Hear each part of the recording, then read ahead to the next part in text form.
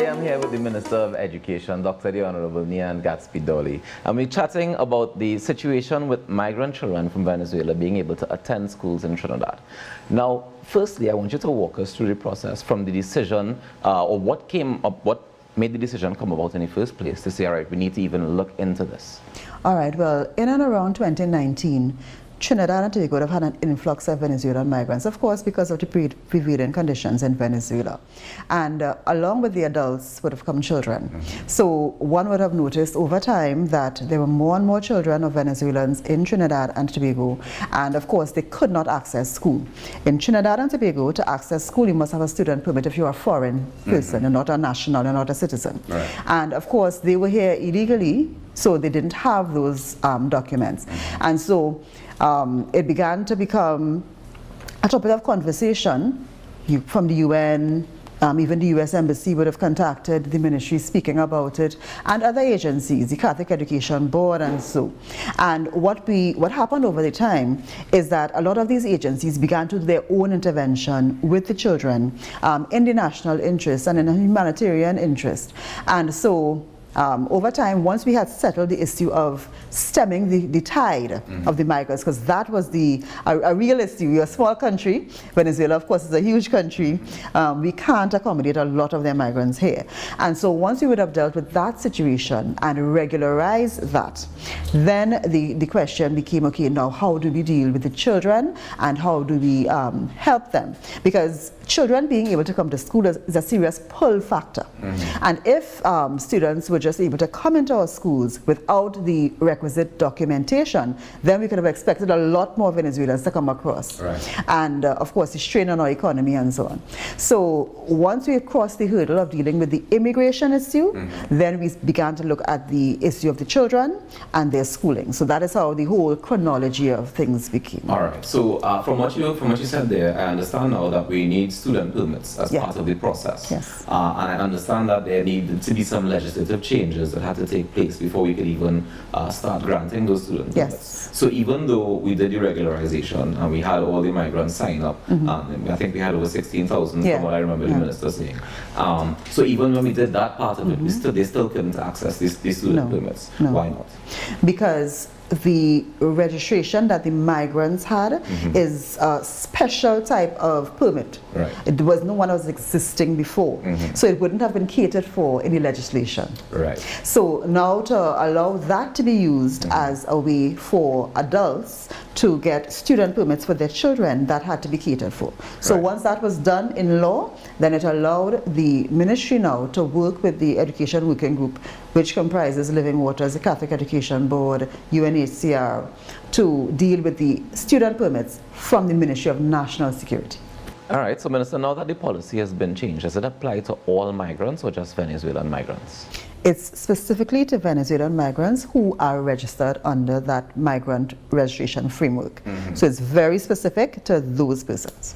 All right. Now, does this fall in alignment with the UN when they speak about children having a right to education, of course, and all that stuff? This new policy with migrant Venezuelan children being allowed to participate in schools and be integrated into these schools, it falls in line with this policy for our children having the right to education. Well, why is it important, in your opinion, for migrant children to be able to attend our schools? Well, the importance lies within those rights of a child. One, children must be given the right, and we understand that. However, in our particular circumstance, we had to take care of the legislative aspect first, and we had to ensure that we dealt with the immigration issue. And I mean, I can't overemphasize how important that is. Trinidad is a small country, and the flow of migrants would have really destabilized our ability to take care of ourselves even, and far less than anyone else.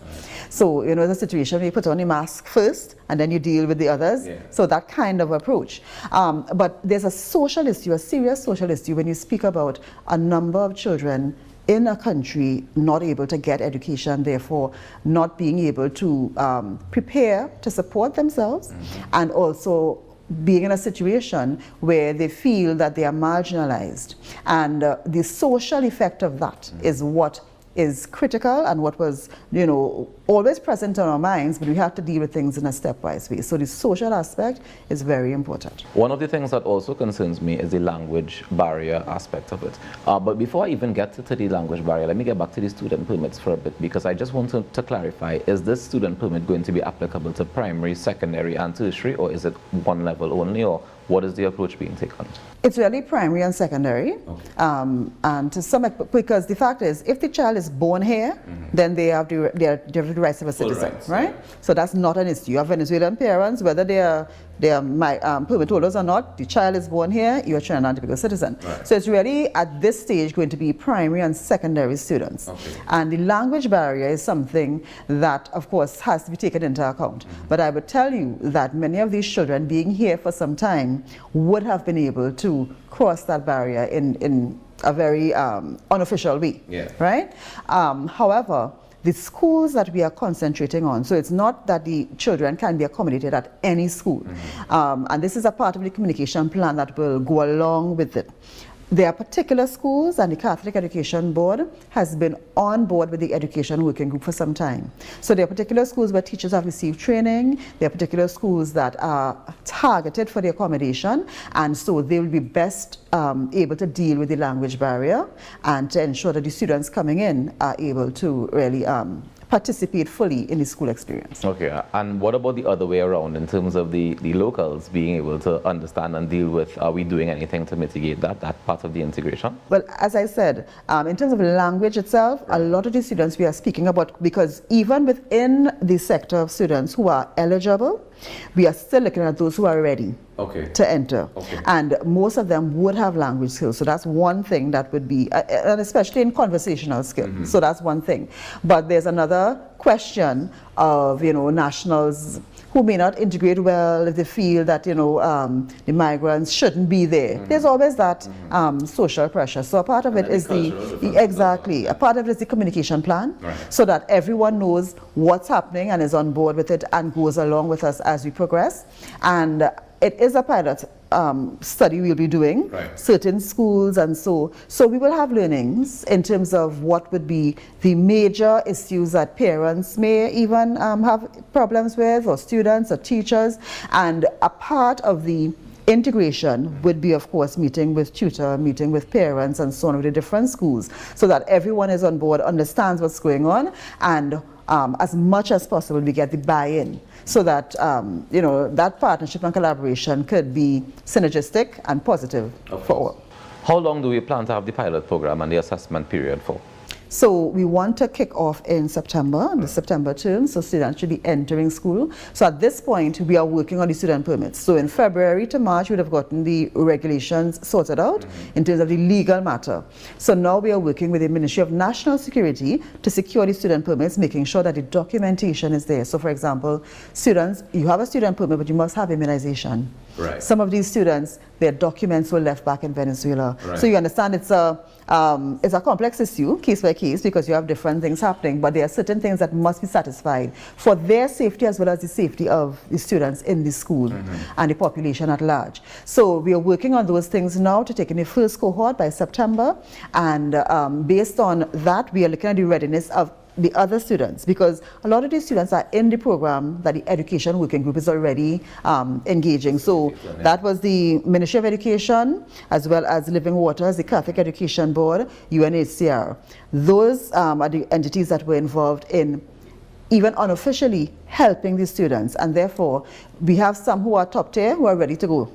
We have some who are coming up and being prepared. So as the first set gets in and we're able to integrate them, then we're looking to bring in and prepare and bring in another set. So it will be over time, so we don't overwhelm the system, because remember as well, we have a legal obligation as the Ministry of Education to give way to Trinidad and Tobago citizens. So it's going to be where we have space that we can accommodate the migrant students, because we can't give them space that is allocated and needed for Trinidad and Tobago nationals. And how much does this cost the nation? Because I know that people will have different opinions and they would want to know, is it going to be a strain on our economy? At the volume we have now, so it would be just about 200, I think, by this time going in. Okay. So it's not going to be an overwhelming amount of students. I mean, we have 125, 150 odd primary school students, Right. and most of them are going into the primary school system in the central and this south first area, batch. the first batch. Right. So it's not going to be completely overwhelming. It's spread across different schools. Mm-hmm. So yes, it will be a cost as any. There's always a cost per child, but it's not going to be an overwhelming cost that I think is going to drown the ministry beyond our capabilities. Are there any plans to include other migrant populations in the policy going forward?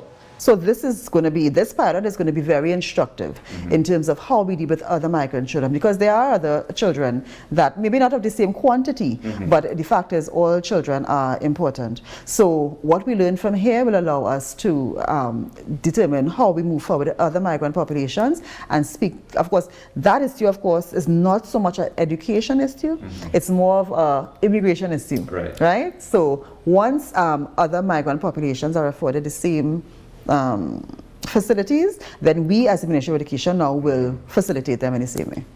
Now, I want to jump back a bit. You mentioned, the children would be more proficient, that they would get to the point where they say, all right, you can enter the system. And the ones who aren't as yet, they would still have to be going through the external or the auxiliary support systems. Does the ministry support these systems, and do we have plans to expand it at all to be able to say, all right, we have a wider catchment of those who may, maybe below the line that we need to enter school, but we want to be able to get you at that level? Because I'm thinking just long term, you don't want people to get that far left behind, that they grow up without the education, they grow up without the opportunities, without the chance to even contribute back to the economy of Trinidad and Tobago. Yeah, the ministry has been involved since 2019, 2020 through the Education Working Group. The curriculum department of the ministry has been very involved in assisting to work on the curriculum that the children were exposed to and so on. So yes, we are involved, and yes, we continue to be involved. And once we are able, because other denominational boards are also interested in possibly assisting in helping students. So once we start this and we know how we are proceeding, then we can expand, so we can get more students to come in, and even students who may not be at the top tier as we are measuring it now, but once we are getting the teacher training and so on, and U.S. Embassy is being very, very useful and helpful in terms of the training. UE has also come forward and said that they are happy to assist with training students, Department of Languages and so on. So once we have started, we really are looking for ways to expand so that all of the children who are eligible can be accommodated as much as possible in our system. I know that there's a mandate for citizens of Trinidad and Tobago children to attend school. Will there now be a mandate for migrant children to attend school once eligible? I think that's maybe a ways off. I don't know that there is such a mandate existing in law at this time. I'm not sure that the laws of Trinidad and Tobago can apply to other jurisdictions or for citizens of other jurisdictions, as that is. But it is not my knowledge at this time that we have such a mandate in place. All right. And regarding educational grants that the government gives, do the migrant families now applicable or eligible rather to be able to apply for these grants and access them the same way that citizens would?